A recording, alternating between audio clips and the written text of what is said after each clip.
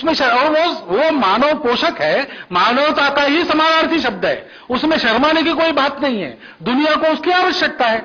इसको ध्यान में रखकर अपने अपने स्फीयर में इसको कैसा करे, आर्टिकुलेट कैसा करे, राजनीति में उसको आर्टिकुलेशन कैसा करना सोचना चाहिए उन लोगों ने। उन्होंने सोचा है, पंडित दीनदयाल उपाध्याय ने एकात्म मानव दर्शन लिखा है। वो क्या है?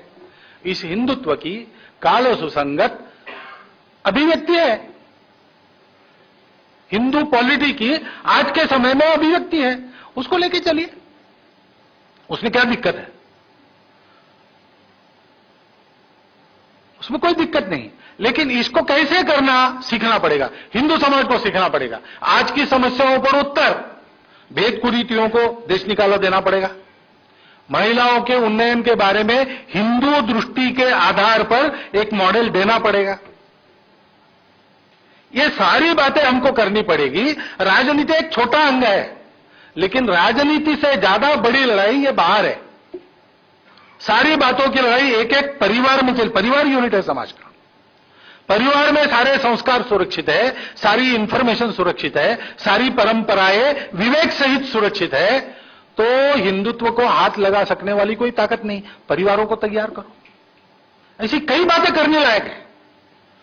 तो राजनीति में जो लोग हैं वो राजनीति के तरफ इस प्रकार से ध्यान देंगे, लेकिन इतना बड़ा समाज, उसका अपना राज्य था, बलशाली राज्य था, जिसके योद्धाओं का डंका सारे विश्व में बजता था, और इसको हाथ लगाने की किसी की हिम्मत नहीं थी। 8,000 मील 7,000 मील दूर से मुट्ठी भर लोग आए, देखते देखते सारे देश पर छा गए। क्यों छा गए? इन बातों को भी ठीक करना पड़ेगा, वो भी काम साथ साथ चलना पड़ेगा। और इसलिए अपना अपना काम इस बात को समझकर और बहुत ज्यादा इसके अभिव्यक्ति के एकता के चक्कर में या उसके बौद्धिक व्याख्या के एकपन के चक्कर में न पड़ते हुए हम लोग थोड़ा सा उसमें हिंदुत्व में जितना स्कोप दिया है विभिन्न प्रकृतियों को, उतना स्कोप देकर अगर चलेंगे तो ताकत तो अपनी ये है, और विश्व को आवश्यकता है, और नियति की इच्छा है। और इसलिए ये सारी बातें हमको संपन्न करने में देर नहीं लगेगी। केवल ये सारी बातें स्पष्ट हो, इस दृष्टि से इस गोष्ठी का उपयोग हम लोगों को कर लेना चाहिए। मैं समझता हूं कि इन सारे मुद्दों के बारे में इस गोष्ठी में बहुत अच्छा, गंभीर और गहरा चिंतन हुआ है।